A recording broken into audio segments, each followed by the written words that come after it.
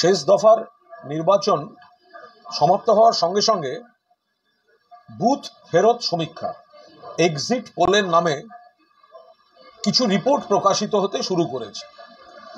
সর্বভারতীয় তৃণমূল কংগ্রেসের নেতৃত্ব কোনো অবস্থায় এই বুথ ফেরত সমীক্ষাগুলির নামে যে সংখ্যা দেখানো হচ্ছে তাকে মান্যতা দিচ্ছে না।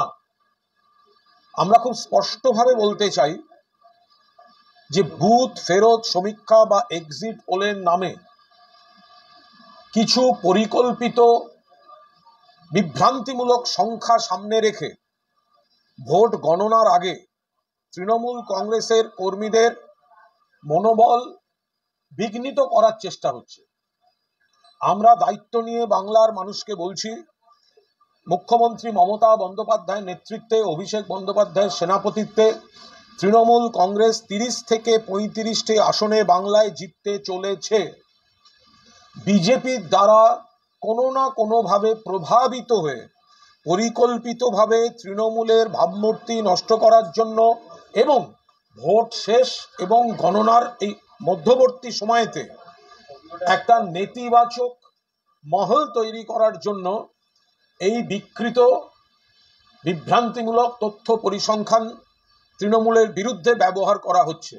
বাংলার ক্ষেত্রে আমরা খুব স্পষ্টভাবে বলতে চাই, 42টি আসনের মধ্যে 30 থেকে 35টি আসন তৃণমূল কংগ্রেস পেতে চলেছে এবং সর্বভারতীয় ক্ষেত্রে দেশের মধ্যে নরেন্দ্র মোদীর সরকার, বিজেপি সরকার, এনডিএ সরকার ক্ষমতায় ফিরছে না, সেখানে বিকল্প জোট ক্ষমতায় আসতে চলেছে।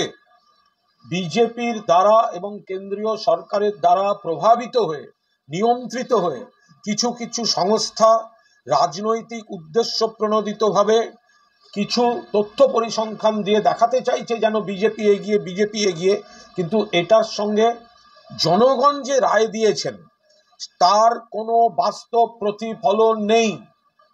এক্সিট পোলের রিপোর্ট আর গণনার পর আসল রেজাল্ট মিলবে না।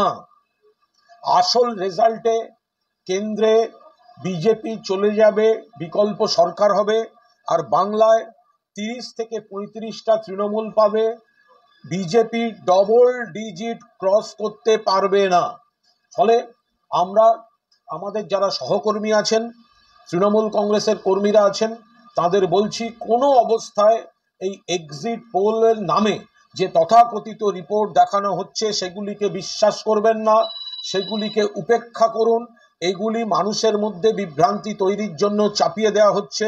গণনার দিন পূর্ণ উৎসাহে সকাল থেকে শুরু থেকে শেষ পর্যন্ত আপনারা দলের তরফে আপনাদের দায়িত্ব পালন করুন এবং আপনারা দেখবেন যে এক্সিট পোলের রিপোর্ট, তথাকথিত রিপোর্ট মিথ্যা প্রমাণিত হচ্ছে এবং মানুষের রায় বাংলায় তৃণমূলের পক্ষে এবং বিজেপির বিরুদ্ধে, সেটাই আসল ফলাফলে উঠে আসবে।